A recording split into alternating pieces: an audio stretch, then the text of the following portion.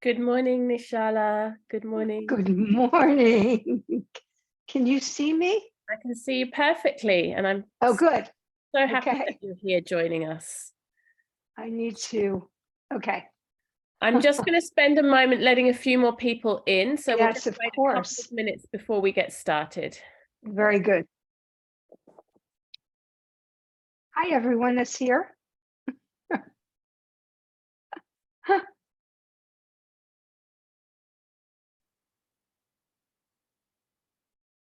Okay, there I am.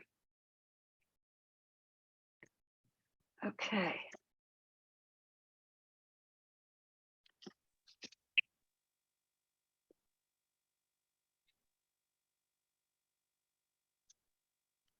Okay, welcome everyone. I'm just letting a few more people into the room as we go, but I'll invite you to please mute yourself unless you're speaking.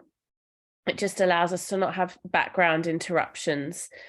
And we would absolutely love it if you're able to join us with your camera on. That's really lovely. We can see your faces. It's really nice. So camera on and muted unless you're speaking is super helpful. And I'd just like to begin our session this morning with a very short orienting meditation and prayer. So I'll just invite you to close your eyes down and take a few moments to come to center. Just taking a few deep breaths. Relaxing your shoulders. Relaxing your jaw.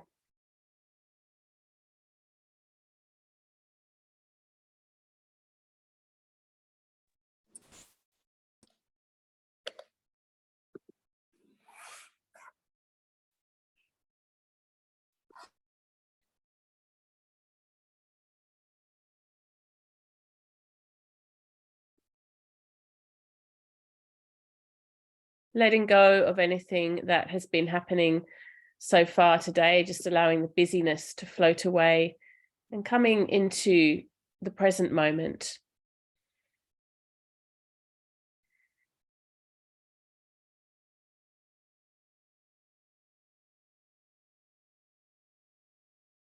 Loka samasta sukhino bhavantu.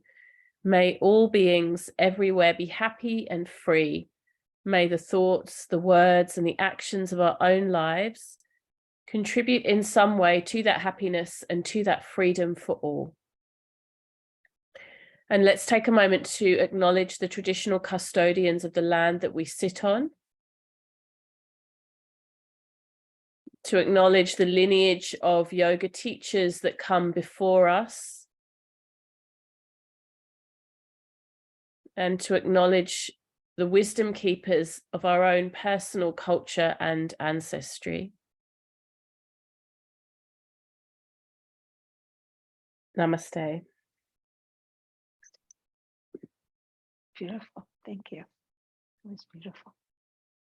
Well, I'm so delighted to welcome Nischala Devi back again. It's always such a joy to be in conversation with her. Yeah. And I have to say, her translation of the Yoga Sutras is a text I come back to time and time again, especially for me personally, when I'm feeling a little bit jaded that the yoga world feels somewhat overwhelmed with the masculine. I feel like, well, actually, it's very interesting. I mean, this isn't something I had intended to talk about, but I noticed that the yoga world suffers from exactly the same problem that much of the rest of the world does, which is that many of the main kind of practitioners of yoga these days are women. But when we get to the top echelons of what's happening in yoga, there's a sort of glass ceiling. And then many of the teachers, presenters, authors are male. I remember years ago when I used to go to the Yoga Journal conferences, the audience would be 90% women and the presenters would be 90% men. So that's something I've observed. I don't know if that is in alignment with what you've noticed, Nischala. Oh, yes.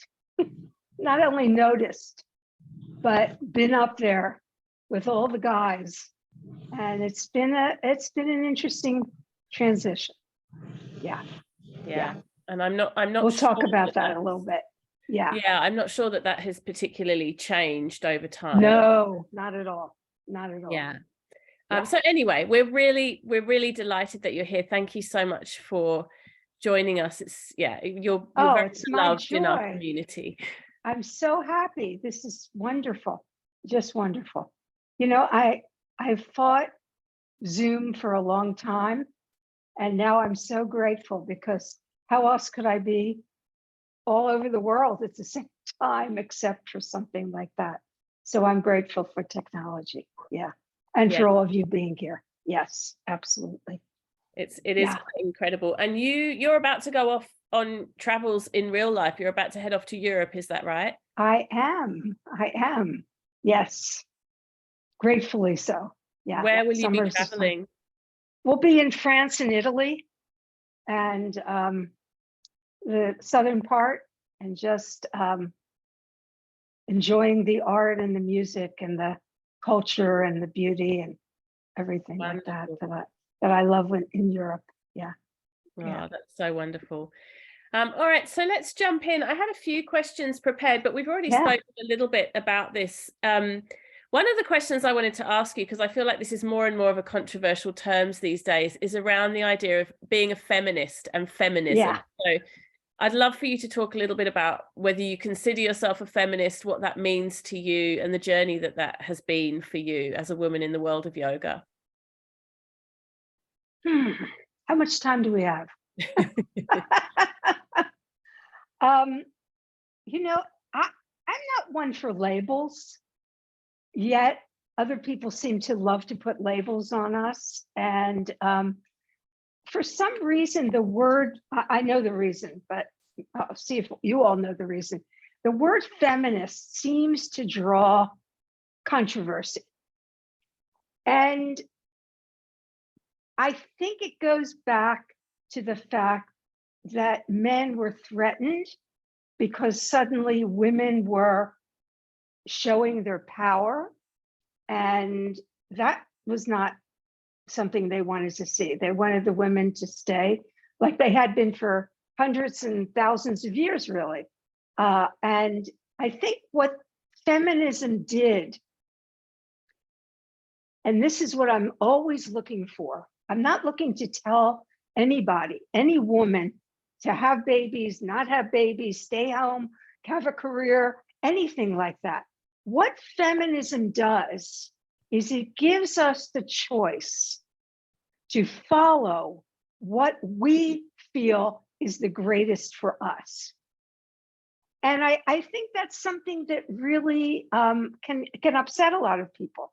The other thing about feminism, I think, and then I think this is true in a family too. If you look at a family, the mother is usually the one that is trying to bring peace and with all the children and everything going. And I think that a feminist is not someone who just wants equality, equal rights, equal pay, equal everything for themselves. I think a feminist wants it for everyone. That's my idea of it. And until all of us are free, none of us will be free. And that's something that touches me very, very deeply. And I think that those of us that are living in what I would call developed countries, we may have more freedom than some of the other women in other countries. But that doesn't mean we forget about them. That means we're there for them and our collective idea. So if someone wants to call me a feminist, that's okay. Personally, I don't think I would call myself that, just because I don't want to label it. But I want to see justice for all. I want to see women making the same amount. I want to see the panels in the yoga conferences, as many women as men, which hasn't been. And you're so right on when you say that. Most yoga students are women. Most yoga teachers are women. But when you get to the ones that are making the decisions, that's then taken over again by men. And I've been going with this for, I won't even say how many years. Even when I wrote the first version of the Yoga Sutras, I can't tell you how much I got from the men, and it wasn't favorable. Who did I think I was to write a book like that? What am I? I'm not a Sanskrit scholar. Who am I supposed to be? So, and I would say to them, and they'd say, I should be writing the book, not you. I said, go ahead and write it. You know, I don't care. Write as much as you want. But that's it. Don't stop me from my voice and what my voice says. And it was interesting. There was one man compiling a lot of the different translations into a, let's say a spreadsheet, but that kind of thing. And mine, he put as an interpretation, not as a translation. I was the only one. And I questioned him about it. He said, don't play the feminist card on me, he said. I went, okay, little upset there. So I feel that any of us that go, and I feel that probably everyone here is doing that, we're there for other women to help them, give them a leg up to become whatever they want to be in that sense. So that's my idea. My preferred term would be yogi, but I'll take feminist too. Yeah. I wonder if there's something around the label feminist which conjures up the idea of sort of a little bit of anger and division, like you know, the idea of the angry feminist. And I know that you are in many ways an activist. I mean, we could have a similar conversation about the idea of being a vegetarian or a vegan. It's sort of, as soon as you put yourself in any compartment, people have an opinion. So perhaps you don't use the label, it's less polarizing. And I love the idea that actually what we're really wanting to do, as you just said, is rise up all women, support all women, and not just women, everybody, you know, it's. Well, that's what, but if you raise up the women, I guarantee you, the women will raise up the men, because that's what women do. It was interesting. My agent, who's no longer on this planet, that helped me get the book published, she used to send Christmas cards every year. And one year she wrote a note and she said, I'm not sending Christmas cards anymore. I'm giving the money to Women for Literacy. She said, because I learned if a woman becomes literate, the entire family becomes literate. So that's why when I say women, I know that they will raise up everybody. And I've seen it. Because what fun is it to be up there if you're the only one up there? You want everybody to come with you.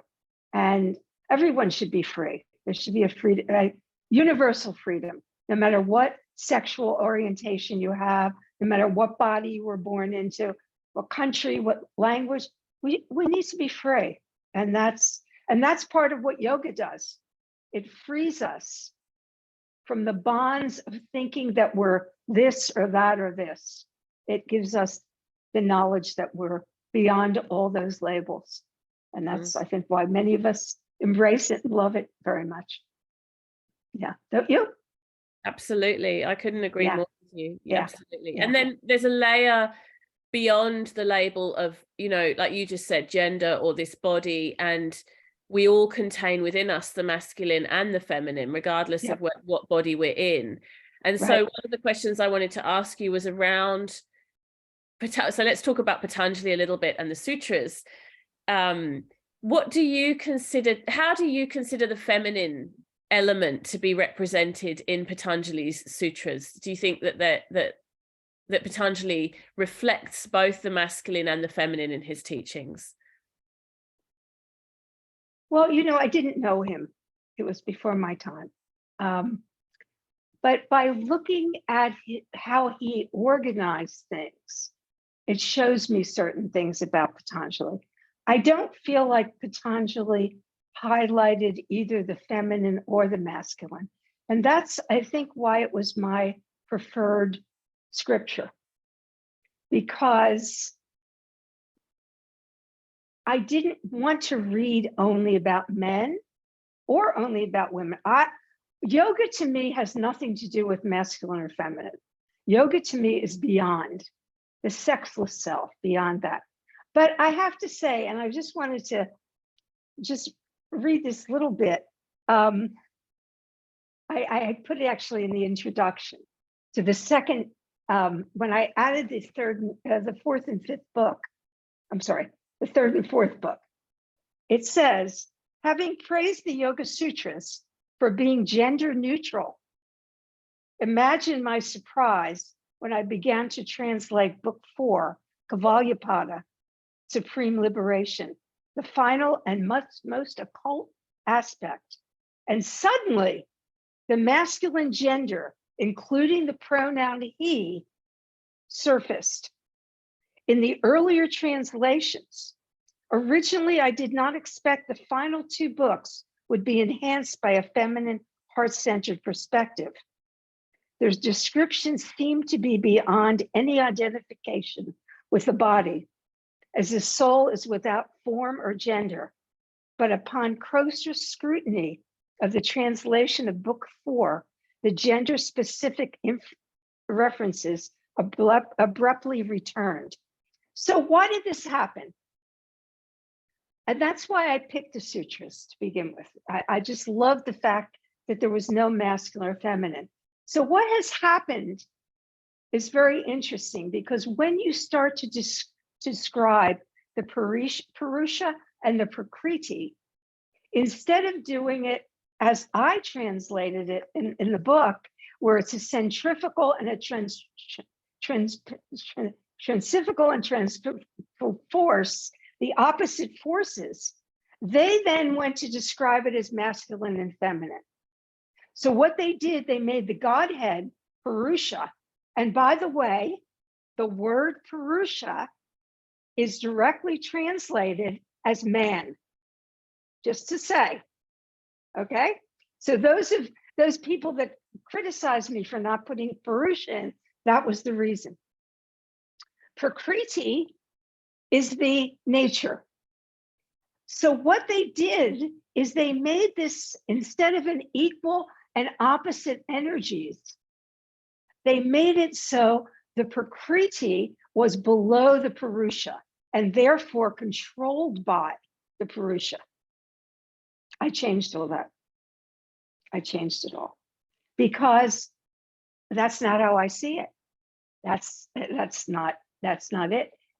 As we are human, as we are incarnated, I'm not talking about out of the body. We are nature. And we all know what happens when we don't pay attention to nature. We see how angry she gets, right? She's not happy right now, at least in the United States and Canada. She is not happy.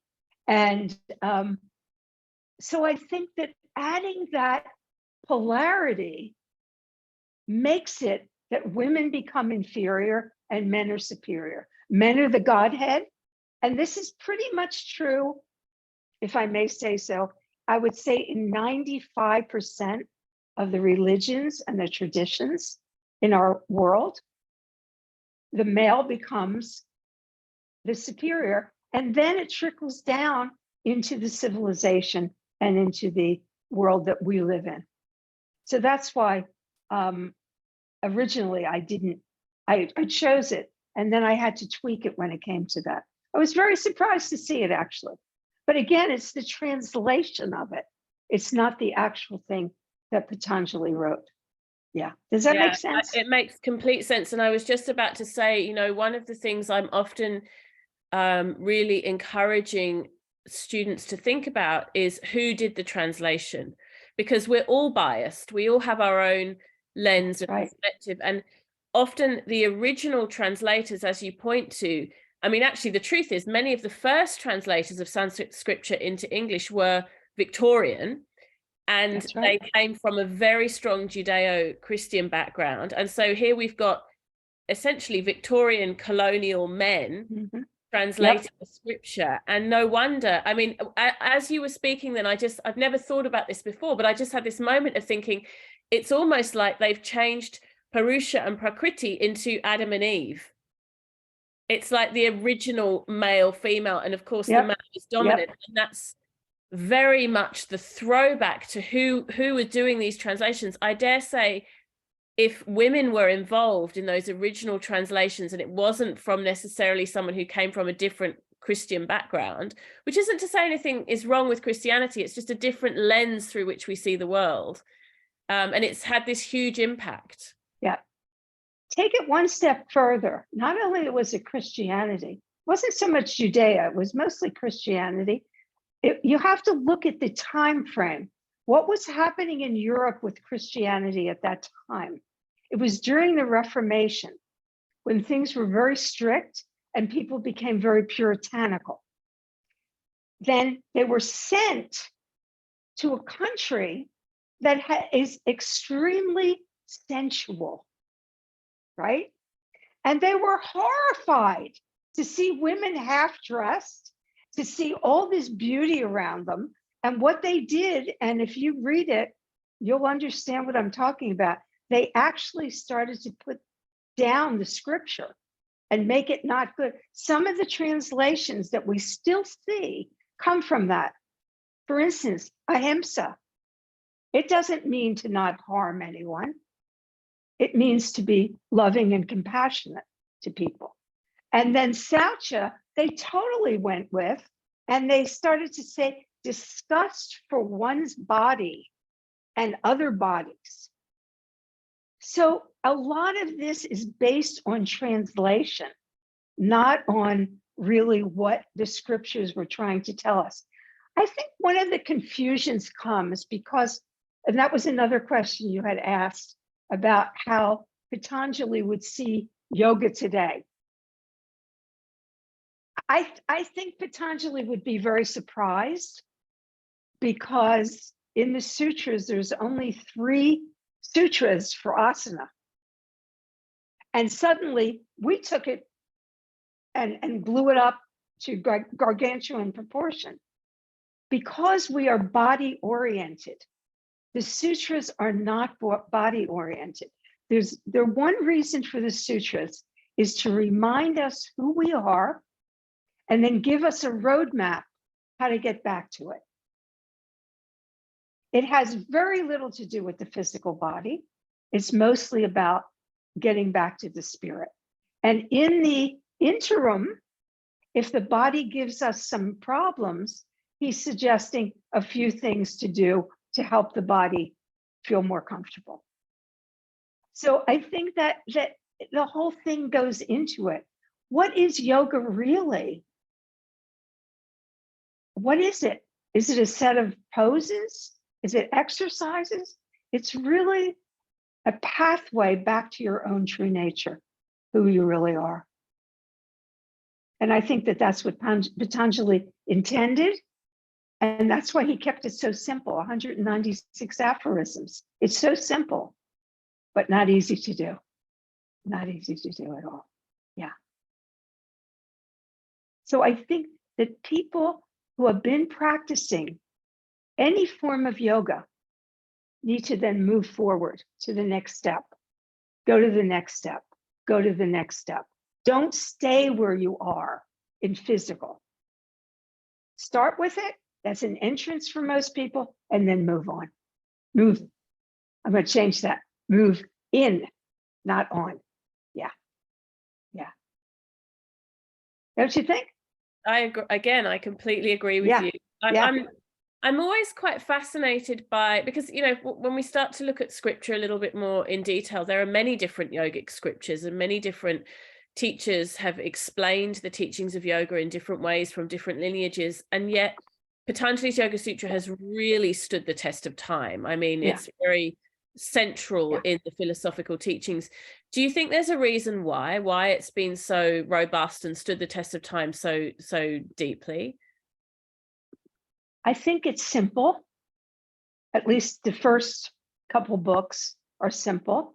And it's also, especially the second pada, very practical, right? It gives you very practical things to do.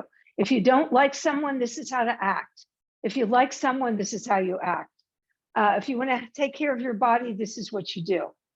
If you are having trouble concentrating, do some breathing practices. So it's very practical. And I think what we did, rightly so, is we took that and we started to use it in a very practical way. And then along came the Hatha Yoga Pradipika.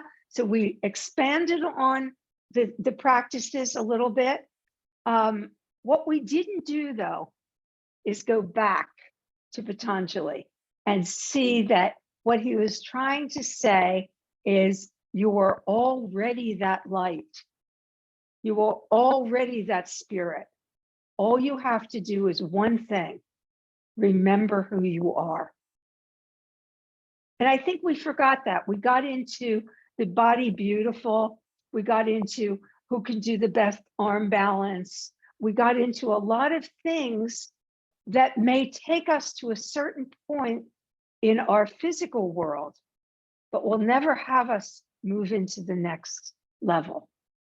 Because the body, you don't take the body with you when you go. You leave the body and you go. And I think that's what people are more confused about. But to me, any way you can get them in, I'm happy. And then once you get them there, start working with that. Start teaching them other things in that way. Yeah. What would you say, Nischala, what would you say is the most important second step after, because like you said, most people come in through the doorway of asana, even though that's not necessarily what Patanjali was recommending. Yes. Would you say then, is it meditation? Is it the ethical practices, the yamas and niyamas? What's the next, if people are wondering, okay, I want to go deeper, what's the next step for me? What would you recommend? Well, as you know, the moral, what we call, and that was the other thing the translators did. They saw that there were 10 yamas and niyamas, and they said, must be like the 10 Commandments. And it's nothing like the 10 Commandments. Doesn't even come close to it. The only thing it has in common with it, it's 10. That's it. So there was a reason that why Patanjali made the yama and niyama first before asana. Because if you start releasing, and I'm going on a subtle level for asana, not a gross level. If you start releasing blockages and that energy starts to flow, because that's really the purpose of asana. All that we've learned, and believe me, I was in the very beginning of the yoga therapy. I have all for it, but it's a very different aspect than the intention of asana originally. Originally, asana was intended to eliminate the blockages and allow the energy to flow through the body and then go into the subtle body and move up the channels. That was the purpose of asana. So if they have not studied the moral and ethical aspects of it, the yamas and niyamas, definitely that should be not even instead, that should be hand in hand with that. Because if you suddenly get power from doing these practices, what are you going to do with it? Is it going to be a benevolent power? Are you going to be able to restrain yourself if you know that you can take something from someone and they'll never know? So I think that's really something that is important, and all of the yamas and niyamas are important. I would say the next thing, and following in Patanjali, would be a pranayama. I think meditation's too much for most people. And I'm talking about real meditation, not finding a practice and repeating it over and over again, like a affirmation.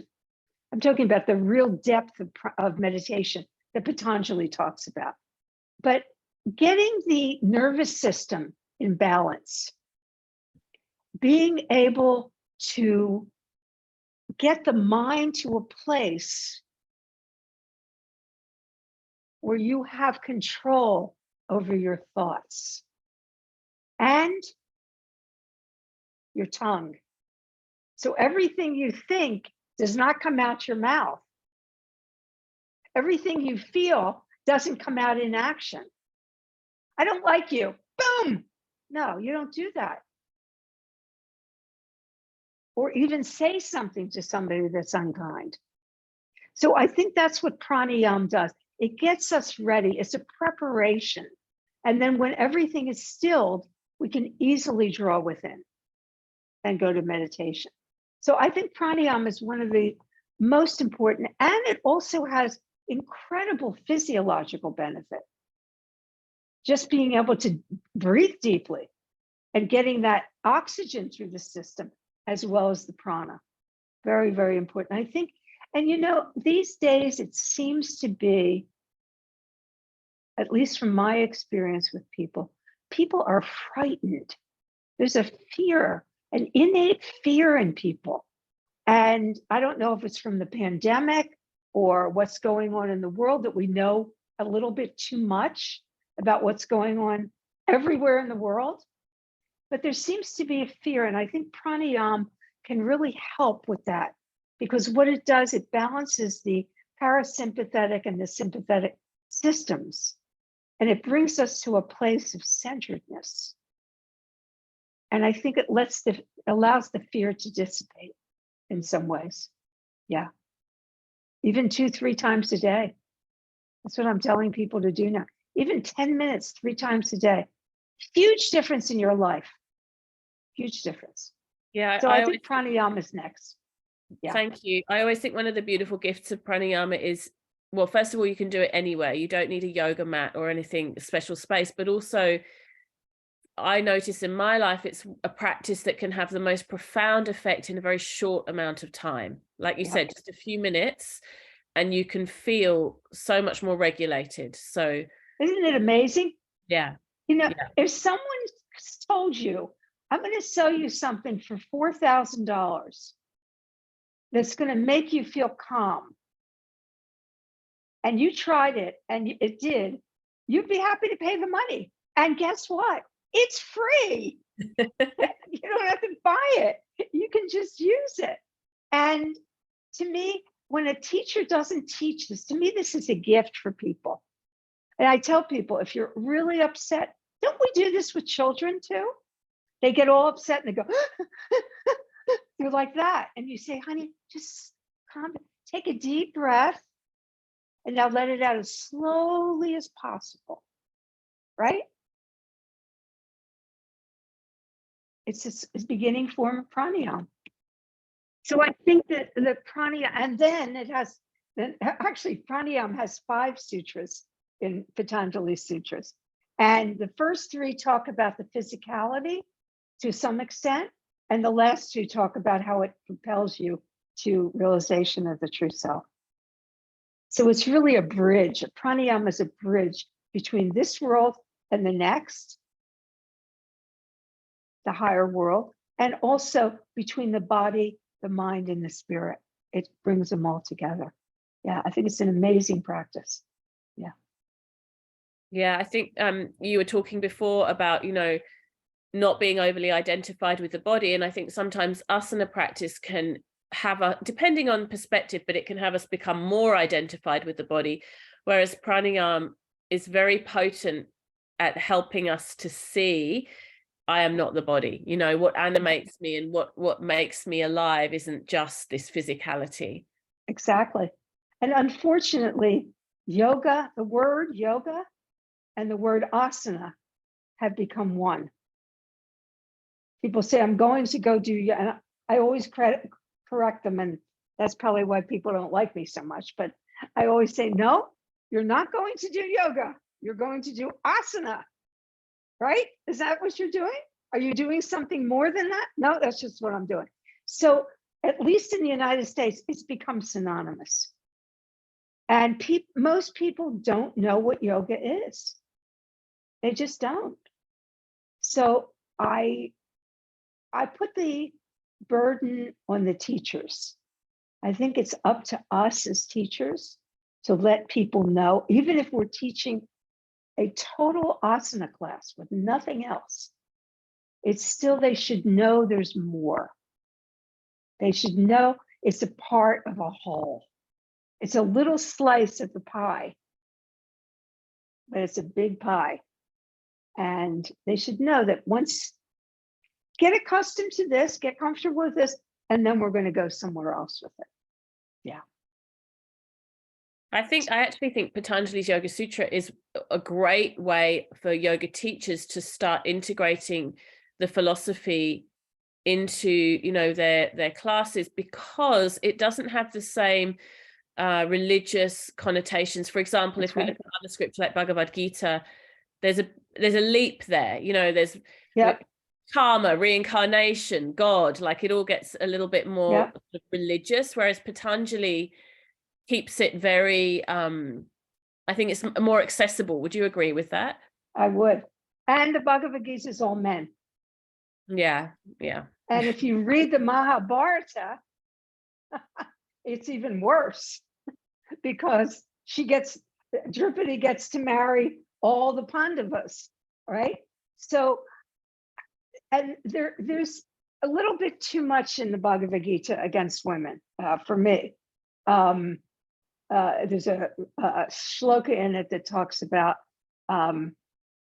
thieves, lowly born, and even women can realize God. And, you know, I feel in a scripture, there's no place for that, because it lets out half of the population of the world.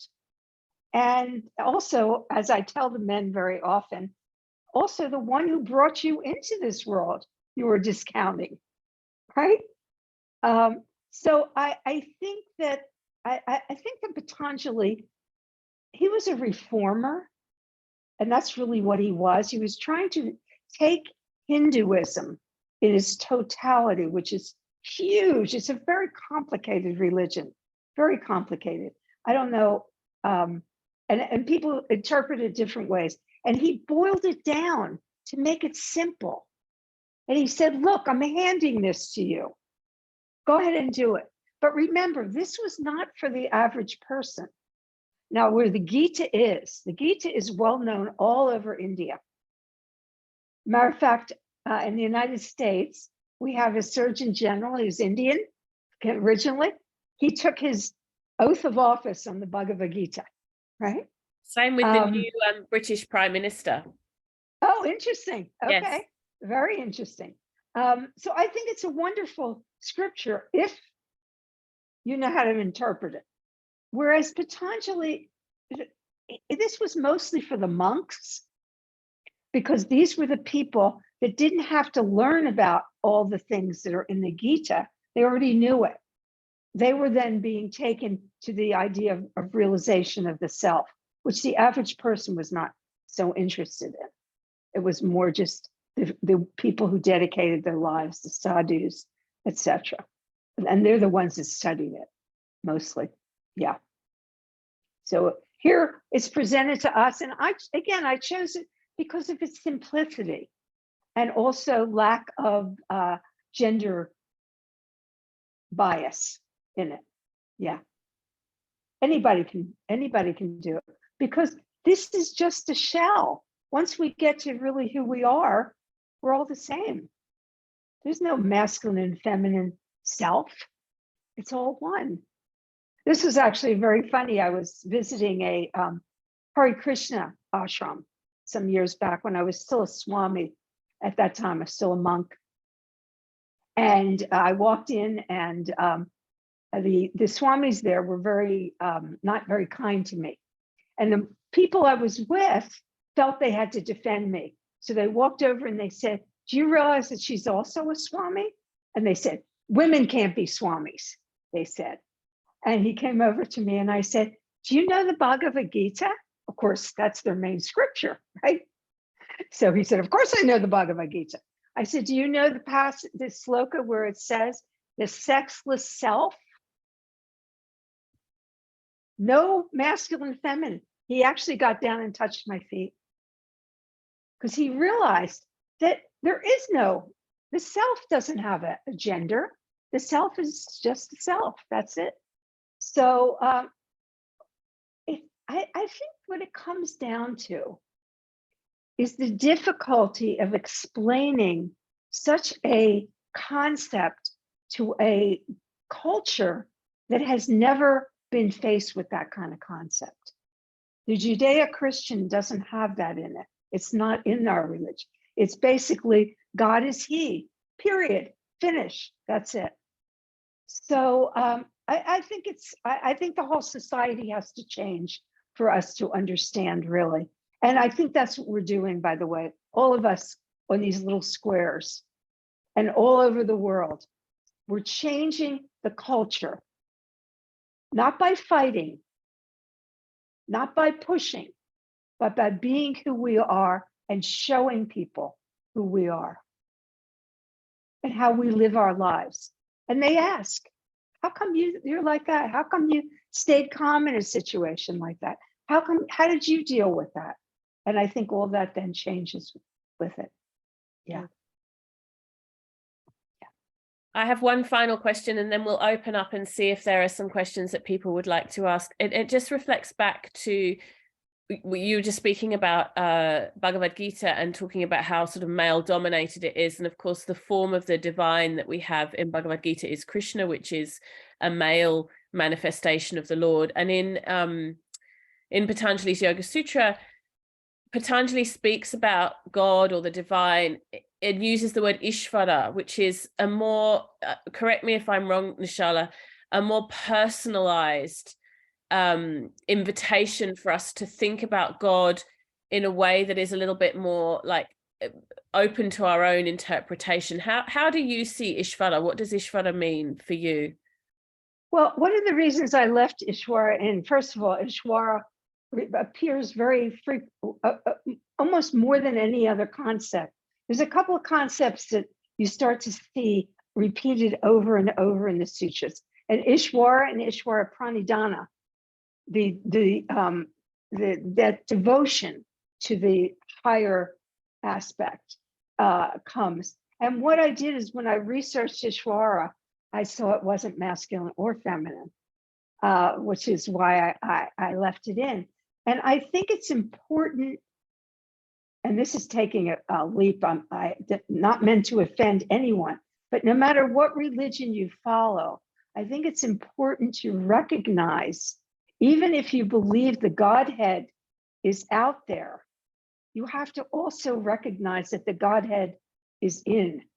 If we are created in the image of God, then we are God, right? So all this of the worship outside, some of it has to be deflected in. Otherwise, we never get to what Patanjali is asking us to do. We can't continue to only be worshiping the outside, and only a few people get to that point. Every one of us, all we have to do is have the tenacity to do the practices and the desire to know the self. Yeah. The other concept that I love that's repeated constantly is Hridaya. You see it more in the third and fourth book. And Hridaya is something that we overlook again in most traditions. It's the spiritual heart, not the physical pump, not the emotional heart, but the spiritual heart. And that's something that when we realize that we have that, we realize it cannot ever be contained in this small physical body. But the Hridaya is something that we share with the entire world. And then everything changes. We're no longer other, we're all the same. Yeah. Does that make sense? I mean, that goes full circle back to what you were saying, that, you can't, it's sort of the Bodhisattva principle, isn't it? You can't have one person elevate to enlightenment until all people do. And that's really the ultimate feminine principle. Well, I think it's a little different than the Bodhisattva in that you don't have to wait for them. Instead, you go ahead with your enlightenment, and then you become the teacher or the shoe up, the foot up to help them get over that wall. And there has to be a number of us that can help others do that. We learn and we teach them. Oh, you know how to get there? This is how you get there. Okay, follow this. And I think that's what the masters were trying to do when they came and they told us, but we had our own ideas of how we wanted to do it. Yeah. Let's open up for general questions. So if you have a question, we would love it if you could unmute yourself and just go ahead and ask. Otherwise, if you're unable to do that, feel free to write it into the chat. But if anyone wants to just jump on in, unmute yourself, go ahead and ask a question. We would love to hear from you. As they're getting the courage, I just want to mention also that if you go to our website, which I think you'll put on the chat, you can get a free weekly sutra every week in your inbox with a little bit of commentary, and you can use it in your classes or use it in your meditations, and it just comes free, no strings attached. You don't have to do anything. Well, maybe you have to get enlightened, but other than that, you can just get it. It's abundantwellbeing.com. We started this with the first version, and it's still ongoing because people are really liking it. It's simple, one a week, and then that's it. Okay, yeah, thank you. Okay. Questions? I gave you a little time to think about it. Hi there. Hey, Hi. Carrie. Hi, how you going? Thank you. I've really enjoyed this. Good. Yeah, right. Look, I'm just sitting here on my swing, just bathing in all of this, and you've just answered my questions. Just goes to show we're vibing, because that was my question. How can we take this in the most simplest form and share it just weekly with the people that turn up for us? And I think we're all learning, and in each practice that we get to offer, but obviously we have a little bit more responsibility when we've got those people that turn up for us, and I would just like some guidance on how we can do that. But you've just mentioned we can go to your website and maybe work through that way.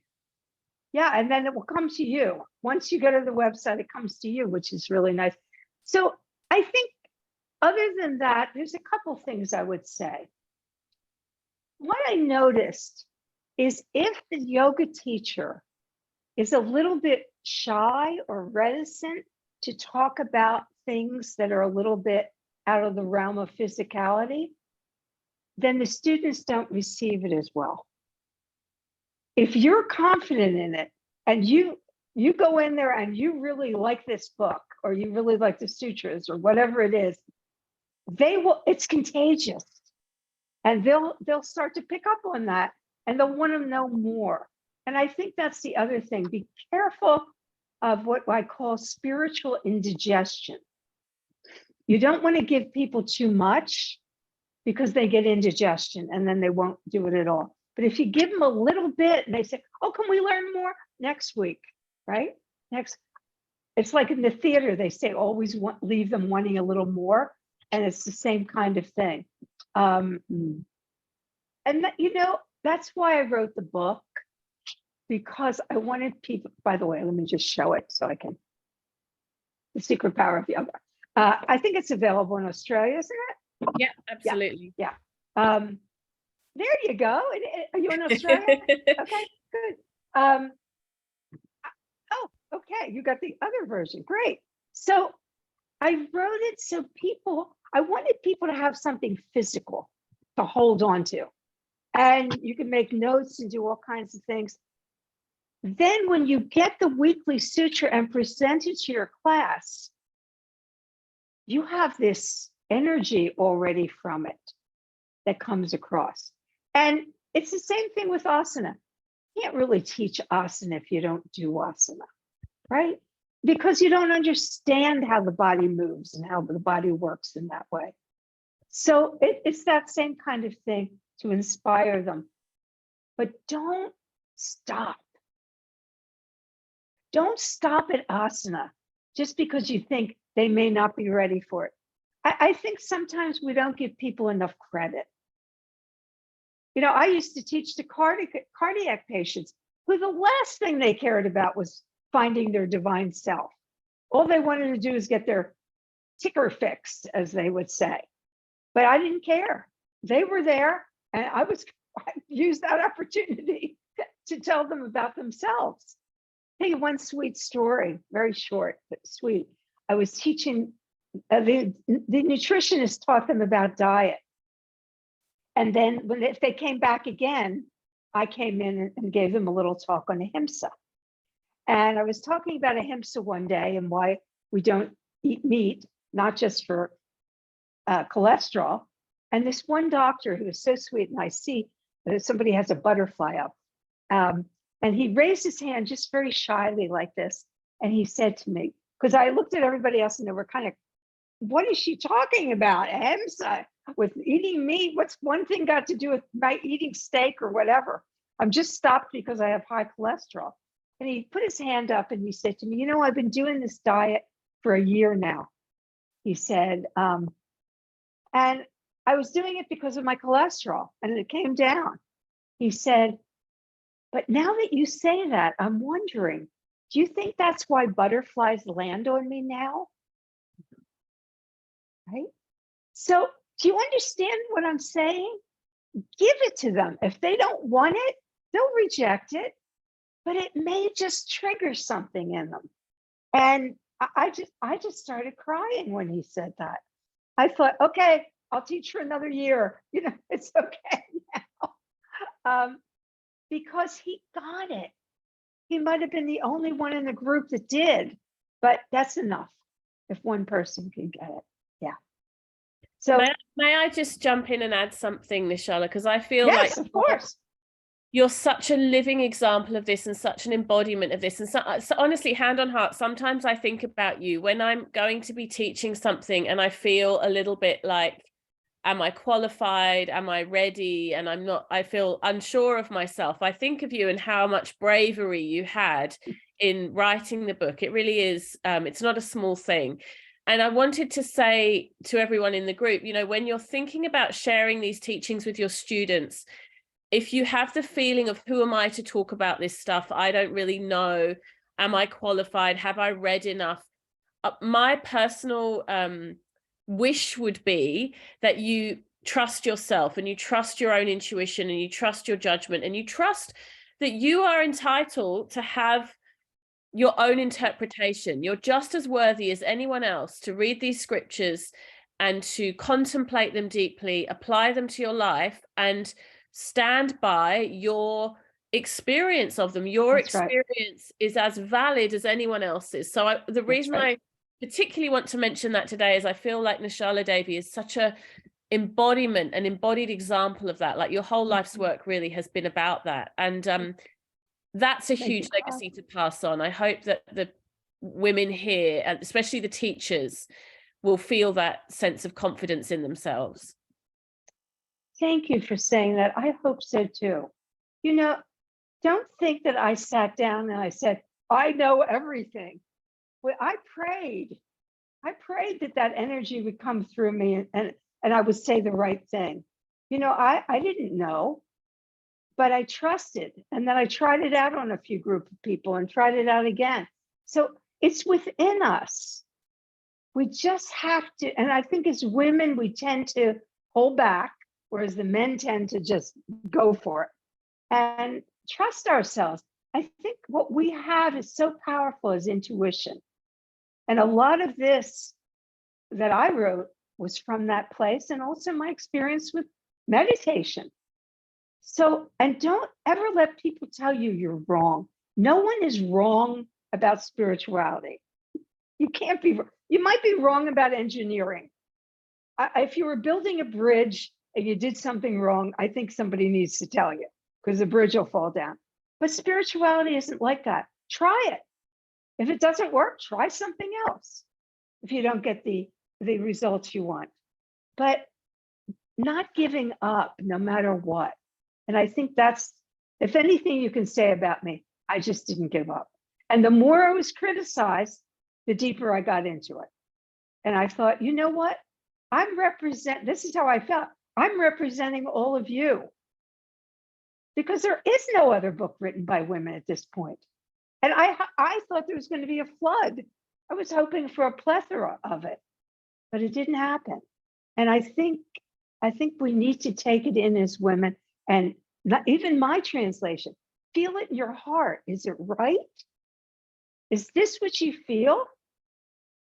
And then we give it to someone else. We teach it to others.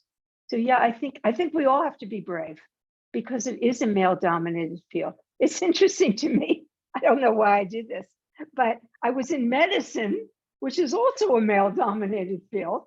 And then I went into this thinking it was less, but it really isn't. And yet the men who get it are amazing.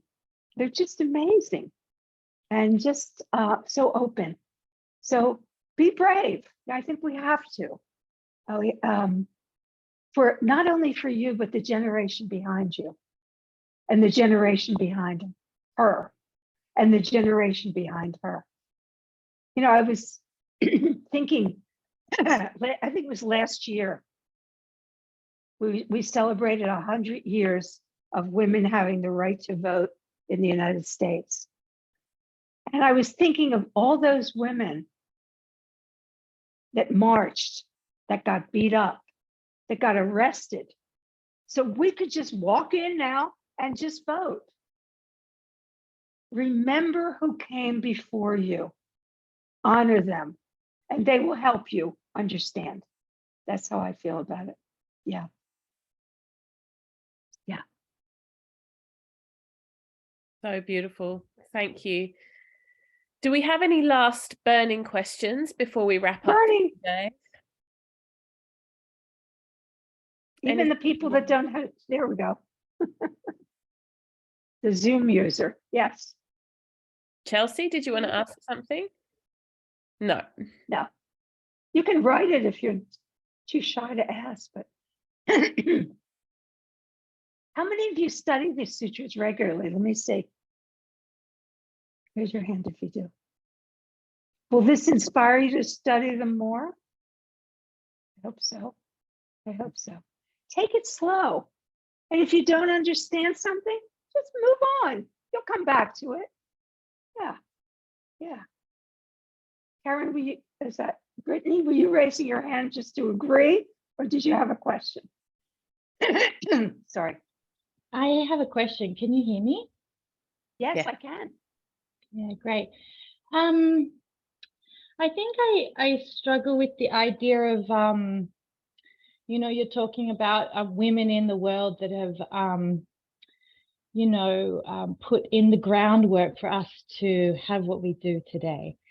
And I struggle to see that in connection with the spiritual. I don't quite know how to say this, but they feel separate for me, and I try and bring them together, and then they like pull apart again. And yeah, and your teachings for the feminine are directly, you know, in there with the spiritual teachings. And so I find that like in my body it feels good, but I also feel a contradiction with it in my mind, and it's hard for me to. Does that make any sense? Yeah, can you describe what the contradiction feels like?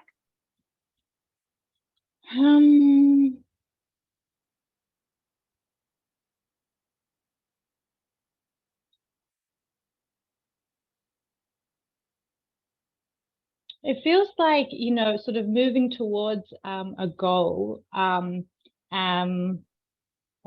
you know, realization, and then it feels like the life and the life we lead and the goals we want to, well, the other goals, the worldly goals that we want to get to, it feels like they're kind of in the way of that a little bit. Mm-hmm.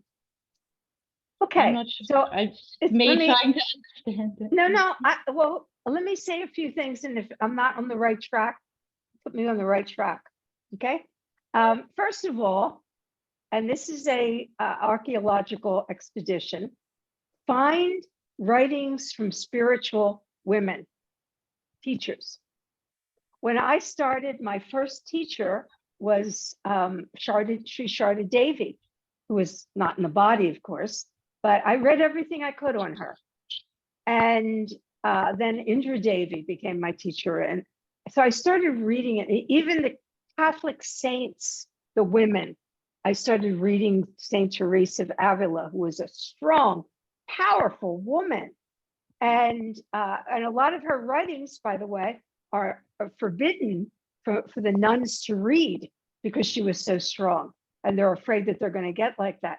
So find the feminine that had that fierceness and that ability to understand what else was there. See, I think there were a lot of feminine women teachers, but they never got any notoriety because the men took over. They were, and you know, you have to understand also how it was taught then, say 1,000 years ago. It was a small group. It wasn't a big group. They would just have a few disciples because that's all it would be. So that, first of all, I would suggest that they're very inspiring. The other thing is the difference between worldly pursuits and spiritual pursuits, which can be very confusing, is I boil it down to this.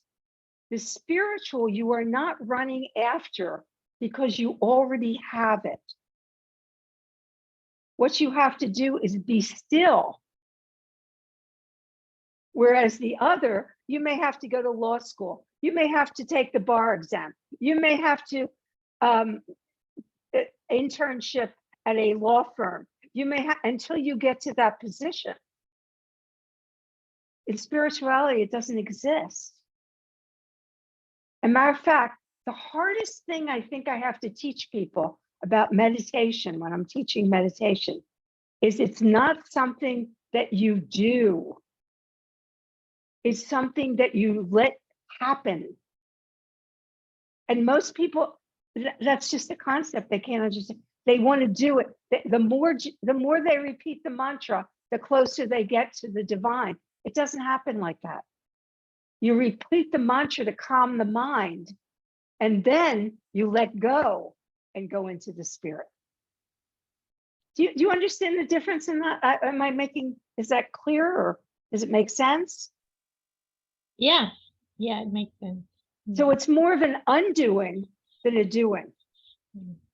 It's like somebody gave you this amazing wrapped birthday gift, and it has a gorgeous bow on it and beautiful paper and everything. And you look at it and you say, do I really want to rip this paper? It's so beautiful, right? But if you slowly unwrap it, you find out what's inside. And that's what happens with us. It's already there. You don't have to do anything to get enlightened. You just have to get rid of some of the other stuff that's surrounding it. So I think that's sometimes the confusion with people, that they think they have to do it. The more I do meditation, no, not doing. It's like sleep, right? You can't make yourself sleep. We wish we could, but you can get all ready and lay there and hope for the best. And the meditation is like that. So it's effortless. It's effortless. Where I think in the world, we're constantly there's an effort all the time to do certain things. And I also think that's the feminine way, to let go, right? We are the passive ones.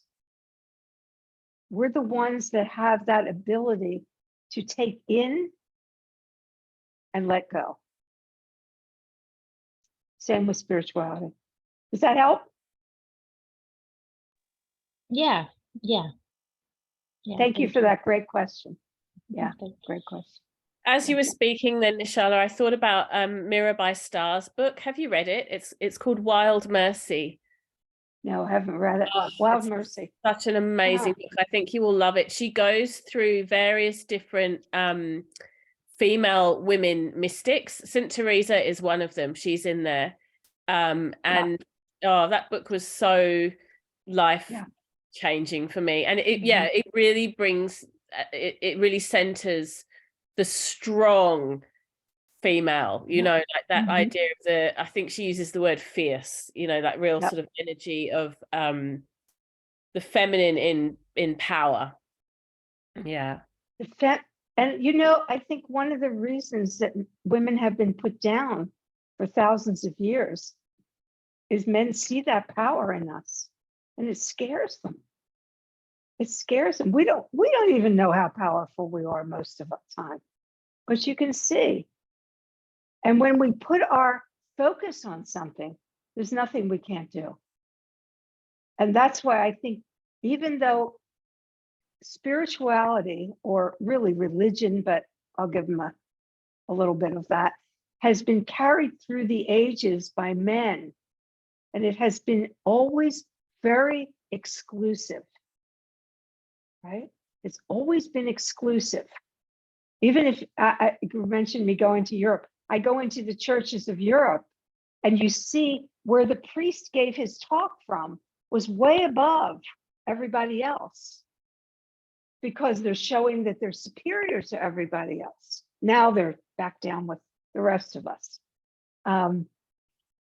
But when it was finally placed in the hands of women, look what happened. We started teaching classes. We started teaching everybody about it. It's no longer an exclusive thing. Anyone can do it. So I think that following that kind of way of thinking, that instead of exclusive, it's inclusive, is something that we as women do.